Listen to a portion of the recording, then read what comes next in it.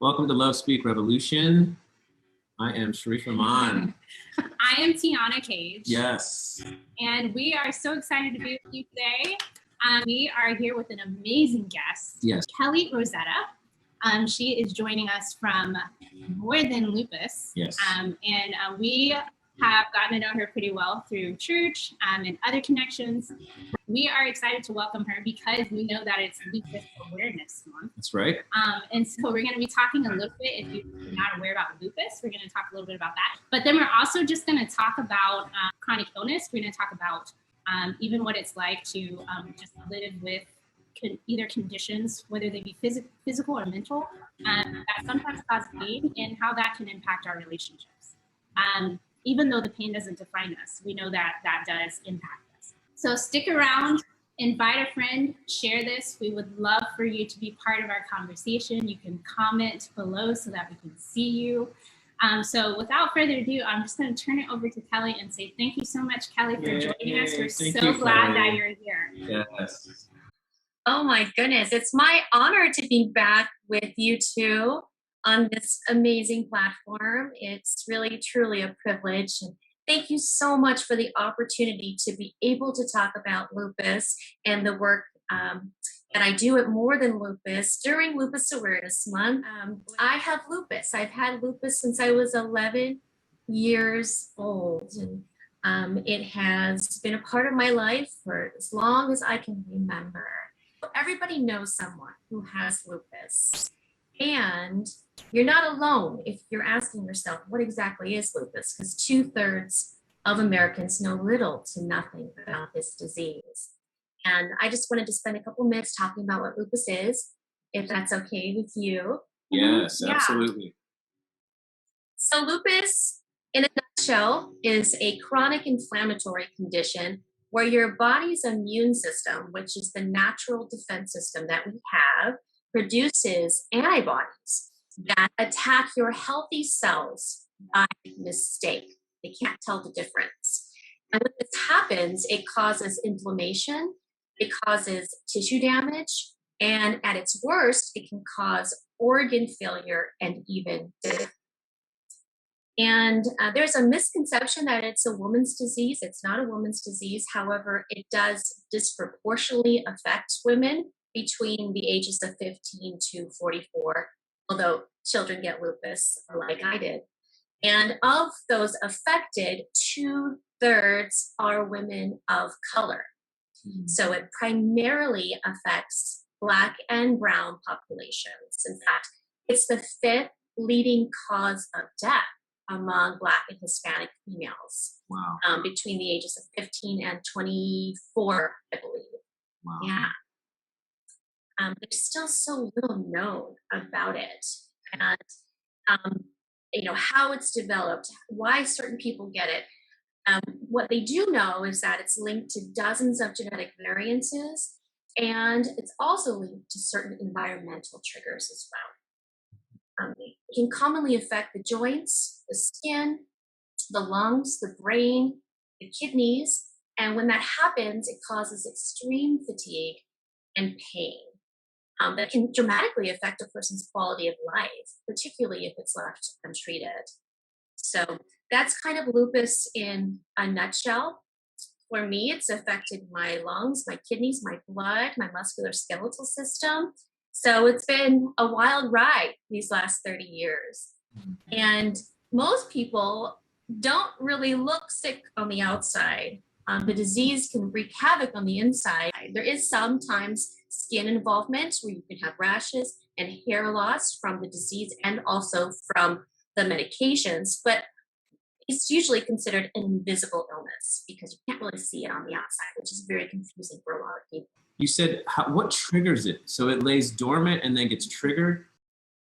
Yes. So there's these genetic variances that they have discovered that are linked to the development, but usually there's a catalyst. There's something that causes that autoimmune shift, where it's just something where your body goes into hyperdrive.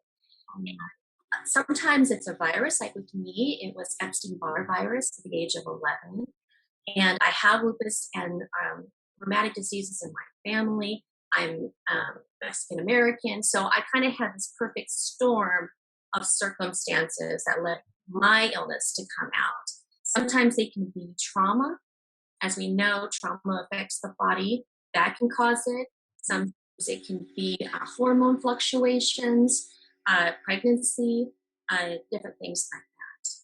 Yeah. So if people do want to learn a little bit more about lupus, and even maybe how they can support people with lupus in their community, what are some of the resources that are available that you could recommend? Yeah, well, More Than Lupus is a multi-ethnic, multi-generational, patient-driven, patient-focused lupus community that provides resources. We have educational blogs, symposiums. We also have advocacy efforts pushing for more research. But our primary focus this year has really been how lupus affects minority populations. Lupus is more common, it is more severe, it occurs at a younger age in minorities. And so for us, understanding the why behind that and why there is not more research and funding poured into understanding the lupus in minorities health crisis is not okay. So this year we've collaborated with a lot of different organizations and really trying to shine a light on the medical biases in our institutions, the historical injustices that have happened in clinical trials, everything from medical gaslighting to access to care, discrimination and quality of care, all of those things that have deterred the advances in this area. And we are so thrilled this May and this year to be collaborating with some incredible organizations in shining a light on the work that they're doing. Off the top of my head, minorityhealth.org, Black Health Matters is another one. And we just sponsored a great new, incredible organization called Live Chair Health. They're incredible. The organization's mission is to save the lives of African American men and women by addressing these chronic health conditions through trusted community leaders and trusted relationships in the barber chair, in the salon chair. It's a really cool initiative, and I'm so beyond thrilled to be sponsoring them. Those are just a few of the things we're doing. Thank you for the work that you're doing too through More Than Lupus, in order to not just educate people, in the wider community, but especially to support people who are part of the lupus community, who are living with lupus and who are really looking for spaces where they can find other people who understand. I know the other piece that we wanted to talk about was just to hear a little bit more about maybe some of your story and some of what you're learning through your experience of living with lupus. And I know you often say that it doesn't define you, but like I was mentioning, I know that it does impact many areas of your life, including relationships and just what it means to really be living in community with people. And I know that you write a lot on your blog about just some of the things that you have to figure out, like, what do I do with I would love to hear a little bit more maybe about even how you move through those challenges, how you manage that in terms of like continuing to be present in the relationships around you. Because I think a lot of us are trying to figure out, like, how do we accept the reality of whatever it is that we're living in, but then also then be able to be present for other people in their lives and really make the most of the lives that we've been given.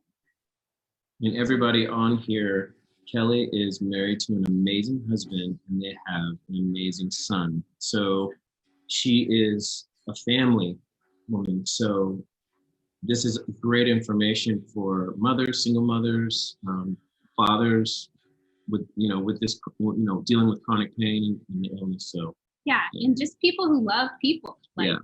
Because I know we're getting to know each other better, Kelli, but I know that you care about people. Yeah, absolutely. I love what you said about how do you manage, because that's exactly how I view it. I don't view myself, I've never viewed myself as a sick person. Exactly. I view myself as a person managing an illness. Right. And so it's, that type of mindset. But I think one of the biggest lessons that I've learned, and I hope that everyone at some point, if they're diagnosed with lupus or another chronic illness, can learn, is that your value is not in your condition. Your value is in your creator. Your value is not in other people's opinions about your illness as well. It seems like sometimes there's this unspoken label that is placed on people living with chronic conditions or trauma. And it's kind of like when you see a box that's shipped to your door and it has a big fragile sticker on it, or in big red letters, or like a warning, broken glass contained, or whatever. And there's this sense that when you're diagnosed with something or experience something traumatic, that it makes you damaged goods. Those feelings can every day pick away at your self-worth and tell you that you're not whole and that you have nothing to offer and that you are just a burden to everyone around you. And all they could do is take care of you and take you to your infusions and your doctor's appointments, and it never ends. There's no closure with the chronic illness. It never ends. People want closure. I am not of less value because I have lupus. In fact, I think it's kind of the opposite. I think that what this illness has brought forth and the opportunities for me to love on people is one of my greatest advantages. Those that are watching that may be living with something that's a chronic situation, just to remember that your value is not in your disease or your condition or your trauma or a number on a scale or even your productivity. I feel like you can't be a productive person of society.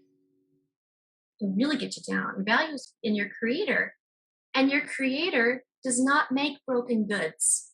Yeah, that's right. I feel like I should have a sign that's like, so when you get in those spaces, like what are some of the things for you personally that help you kind of refocus and reframe and remember that that isn't what defines you? I think when I stop and remember, looking at it from a spiritual perspective, that every moment of either a valley that I'm going through or a difficult time, with my illness, I know is temporary.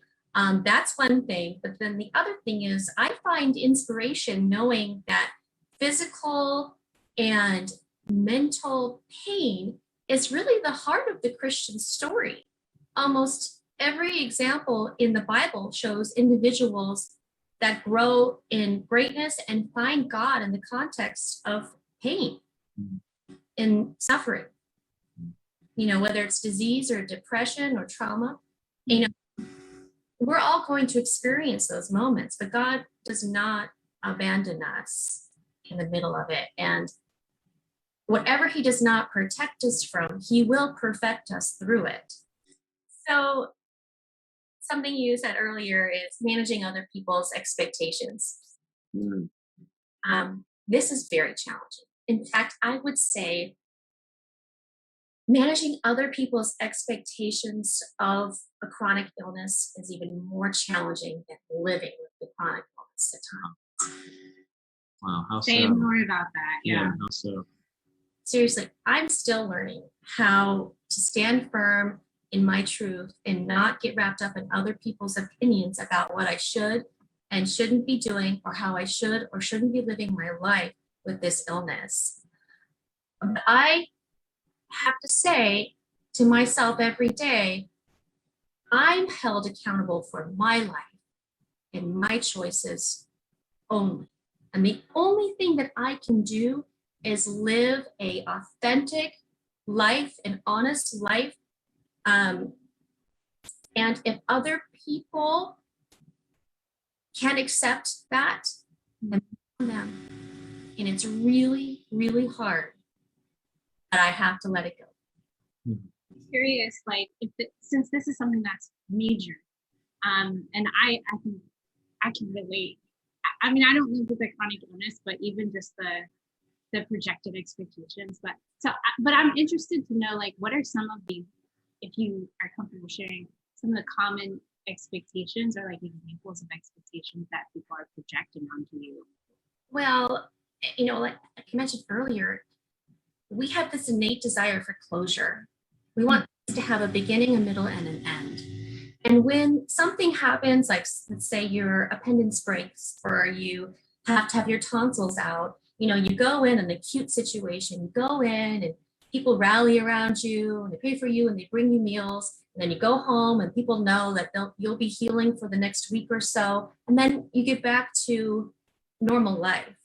But with chronic illness, there is no getting back to a normal life. You're always discovering your new normal because it's constantly changing. And that's a real challenge for people because, yeah, they'll rally, but then they'll get tired of having to be there at the hospital. And I mean, that's just the honest truth. I don't mean to sound harsh, but it happens. And it's interesting too, because, I use this metaphor.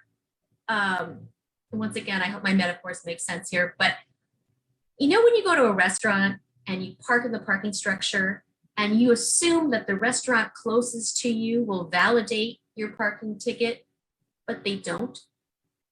It's like that. You assume the people closest to you will validate your experience, but oftentimes they don't. Sometimes it's the restaurant way down the road that steps up out of nowhere and validates your experience. And I find that all the time with More Than Lupus. Strangers out of nowhere, we can connect and have this amazing experience and understand each other on a whole different level, whereas some people, even in your immediate circle, find it challenging. There are reasons for that. There are reasons in their own lives, past hurts and hangups that can cause people to not validate someone else's experience. Sometimes it's simply too scary for people to take in when they start hearing about organ failure and transfusions and surgeries and all of that. So it's easier for people to separate and disengage than to be involved because the truth can be scary. It has to be really exhausting. I know I'm just exhausted just with, being in recovery in my journey. I can understand to a little bit of extent of people's expectations about being automatically when not a lot of people know that, I was battling addiction and that whole addict word, you immediately get placed in this box. And I was watching a TED talk about how as a nation, we deal with addicts. We put them in a box, we tear them down and then isolate them. And it seems to be it's a common thing that we do with everything that isn't the norm. What is the norm? Like, nothing's normal in this world, it's like nothing is normal. Yeah. So do you feel that it's just got to be so challenging and exhausting? Yeah, at times it can be very challenging, but I always say everyone has their lupus. Everyone has their lupus. Whether it's a past trauma or it's another chronic condition or a whatever has happened in their life, everyone has their lupus. Mine's just out there because I run a lupus nonprofit and I talk about it to spread awareness.